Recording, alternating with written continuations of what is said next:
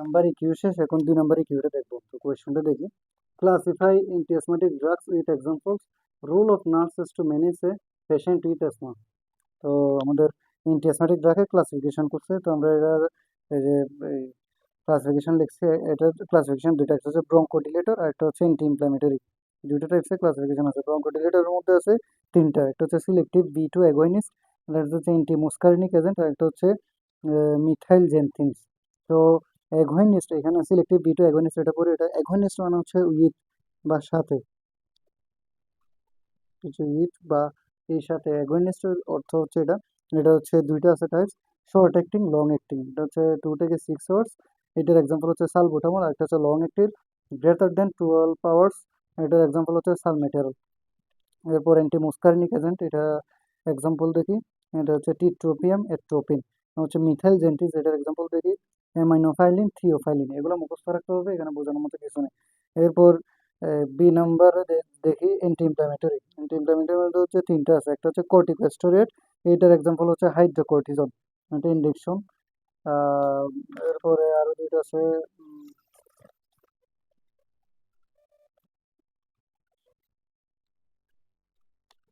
যে প্রেডনিসোলোন, এটা হচ্ছে ট্যাবলেট ফর্মে পাওয়া যায়, আর একটা হচ্ছে বেটামেথাসোন ইনহেলার, এটার আবার ক্রিমও আছে, সম্ভবত বেটামেনসন ক্রিম নামে পাওয়া যায়।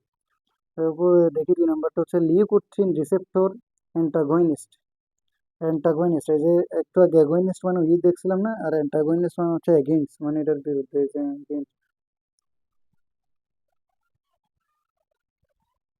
এগেইনস্ট। এরপর হচ্ছে এটা হচ্ছে মন্টিলুকাস। মন্টিলুকাস, এটার যেমন কয়েকটা ওষুধ আছে, মন্টেয়া টেন, মোনাস্টেন, হচ্ছে মোনাফাস্ট, এইগুলো হচ্ছে মন্টিলুকাস ওষুধ। এরপর 3 নাম্বারটা দেখি মাস্ট সেল স্টেবিলাইজার, এটার এক্সাম্পল হচ্ছে ক্রোমোলাইন সোডিয়াম।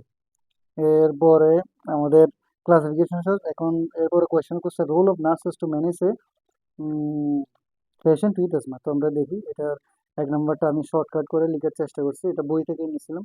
তো এটা হচ্ছে keep the patient prop up position. Prop up এই পজিশনটা জানেন আপনারা, এটা হচ্ছে রোগীকে পিঠে হেলান দিয়ে আধা বসা অবস্থায় বসানো, যাতে বুক কিছুটা উপরের দিকে থাকে। এটা ছবি বা আপনারা গুগলে সার্চ করবেন, এখানে আশা করি ভালো বুঝতে পারবেন। মানে আমি বোঝাতে পারতেছি না, তবে এটা বলে দিই, এটা এই পজিশনে রাখলে কি কি সুবিধা। এটা হচ্ছে শ্বাস নিতে সুবিধা হয়, যেহেতু আপনার পেশেন্ট, এদের শ্বাসকষ্ট থাকে, তো শ্বাস নিতে সুবিধা হয়। আর হচ্ছে লাংসে বাতাস প্রবেশ করে, যেহেতু বুক এটা উপরের দিকে করে রাখে, তাহলে লাংসে বাতাস প্রবেশ করতে সুবিধা হয়। এরপর হচ্ছে লাস্টে আপনার শ্বাসকষ্ট কমে যায়, যেহেতু বাতাস ঢুকে, তো শ্বাসকষ্ট কমে যাবে। এরপর দেখি 2 নম্বর হচ্ছে give 60% oxygen if needed. Give 60% oxygen if needed, এটা কেন বলছে? আমরা জানি একটু আগে বলছে অ্যাসমা হচ্ছে শ্বাসকষ্ট, বা এই যে ওদের শ্বাসকষ্ট হয়, তো অ্যাসমা বা শ্বাসকষ্টের সময় রোগীর শরীরে অক্সিজেনের ঘাটতি হয়। এই অ্যাসমা বা শ্বাসকষ্টের সময় রোগীর শরীরে অক্সিজেনের ঘাটতি হয়। সাধারণ বাতাসে 21% অক্সিজেন থাকে, সাধারণ বাতাসে। এটা এটা হচ্ছে ওই অ্যাসমা পেশেন্ট বা শ্বাসকষ্টের রোগীর জন্য পর্যাপ্ত না, যার কারণে বলছে গিভ 60% অক্সিজেন যদি প্রয়োজন হয়, ইফ নিডেড। এরপর হচ্ছে 3 নম্বরটা দেখি ওপেন আইভি চ্যানেল, মানে ইন্ট্রাভেনাস আইভি, ইন্ট্রাভেনাস চ্যানেল, এটা কেন ওপেন করব? এমার্জেন্সি ড্রাগস দেওয়ার জন্য, এটা এমার্জেন্সি ড্রাগস দেওয়ার জন্য ওপেন আইভি চ্যানেল ইয়ে করবো। এরপর হচ্ছে 4 নম্বরে প্রোভাইড রেগুলার ওর এমার্জেন্সি মেডিসিন, তার মানে হচ্ছে প্রদান করতে বলছে নিয়মিত ওর মানে এমার্জেন্সি মেডিসিনগুলো। এরপর হচ্ছে inhaler technique under doctor guide, এটা মানে হচ্ছে রোগী ঠিকভাবে ইনহেলার নিচ্ছে কিনা তা ডক্টরের পরামর্শ অনুযায়ী বা ডক্টরের উপস্থিতিতে পরীক্ষা করে দেখবো, এটাই বলছে স্যাক inhaler technique under doctor guide. এরপর হচ্ছে 6 নম্বর এনকোরেজ ব্রেথিং এক্সারসাইজ, এটা এই বই থেকে এনকোরেজ একটা বাদ দিয়েছি। এটা মানে হচ্ছে ব্রেথিং এক্সারসাইজ, যেহেতু এদের শ্বাসকষ্টের সমস্যা, তো ব্রেথিং এক্সারসাইজ করলে এদের জন্য ভালো।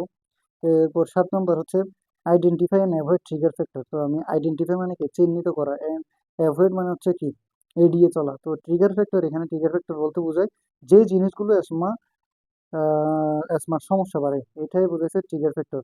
তো মূলত কথা হচ্ছে, যেই জিনিসগুলো অ্যাসমার সমস্যা বাড়ে সেগুলো হচ্ছে আমরা কি এই মানে চিহ্নিত করে এড়িয়ে চলবো। তো এখানে এক্সাম্পল হচ্ছে ব্র্যাকেটের ভিতরে লিখছে লাইক সাইনোসাইটিস। তো সাইনোসাইটিস মানে কি, একটা এখানে একটা মেডিকেল টার্ম আছে, আইটিস। এই যে আইটিআইএস, এই আইটিআইএস যদি কোনো ওয়ার্ডের শেষে আইটিআইএস থাকে ফার্মাকোলজিতে, সেটা হয় ইনফেকশন, না হয় ইনফ্লামেশন অথবা ডিজিজ, এরকম কিছু বোঝায় আর কি। তো সাইনোসাইটিস এটা হচ্ছে সাইনাস ইনফেকশন। সাইনাস হচ্ছে আমাদের নাকের চারপাশে থাকে। সাইনাস আমাদের নাকের চারপাশে থাকে।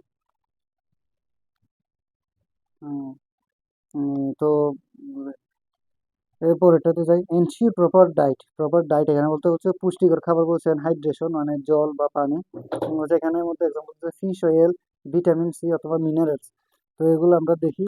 ফিশ অয়েল হচ্ছে ইনফ্লামেশন কমাতে সাহায্য করে, এবং ভিটামিন সি হচ্ছে রোগ প্রতিরোধ ক্ষমতা বাড়ায়, এবং লাস্টে হচ্ছে মিনারেল। মিনারেল হচ্ছে শরীরের স্বাভাবিক কার্যক্রম ঠিক রাখে। মিনারেলের মধ্যে যেমন জিঙ্ক, ম্যাগনেসিয়াম, এগুলো হচ্ছে শরীরের স্বাভাবিক কার্যক্রম ঠিক রাখে। এরপর হচ্ছে 9 নম্বরে যায়। 9 নম্বর হচ্ছে সাজেস্ট রিল্যাক্সেশন থেরাপি। এক্সাম্পল দিচ্ছে মেডিটেশন, বায়োফিডব্যাক। মেডিকেশন না, কিন্তু মেডিটেশন। তো এটার মানে হচ্ছে রোগীকে মানসিক চাপ কমানোর জন্য কিছু পদ্ধতি অনুসরণ করতে বলা হয়। এখানের মধ্যে হচ্ছে যেমন মেডিটেশন। মেডিটেশন এটা সাধারণ বাংলা মিনিং হচ্ছে ধ্যান। তো এটা হচ্ছে চোখ বন্ধ করে শান্তভাবে মনোযোগ ধরে রাখা, এটা হচ্ছে মেডিটেশন। বায়োফিডব্যাক এটা হচ্ছে এক ধরনের থেরাপি যেটা রোগী মনোযোগ দিয়ে তার শ্বাস অথবা হার্ট রেট কন্ট্রোল করে, এটা হচ্ছে বায়োফিডব্যাক। এরপর 10 নম্বরে যায় keep the patient under close observation. মানে হচ্ছে পেশেন্টকে ক্লোজ অবজারভেশনে রাখবো ফর এমার্জেন্সি কন্ডিশন, এমার্জেন্সি কন্ডিশনের জন্য। এটা আপনারা বুঝতে পারছেন। পরে দেখি maintain good ventilation of the room, মানে রুমের ভেন্টিলেশন হচ্ছে গুড রাখতে বলছে। কেন? তার কারণ হচ্ছে যেহেতু অ্যাসমা পেশেন্ট শ্বাসকষ্ট হয়, তো ধরেন জানলা দরজা এগুলো খুলে দিবেন যাতে বিশুদ্ধ বাতাস রুমের ভিতর প্রবেশ করতে পারে, এবং রুমের ধুলা, গন্ধ, ধোঁয়া এগুলো বেরিয়ে যেতে পারে।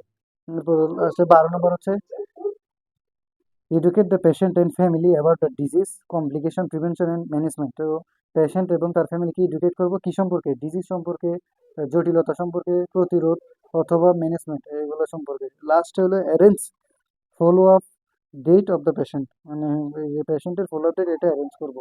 তো আশা করি আপনারা বুঝতে পারছেন। আমাদের গ্রুপ এ শেষ।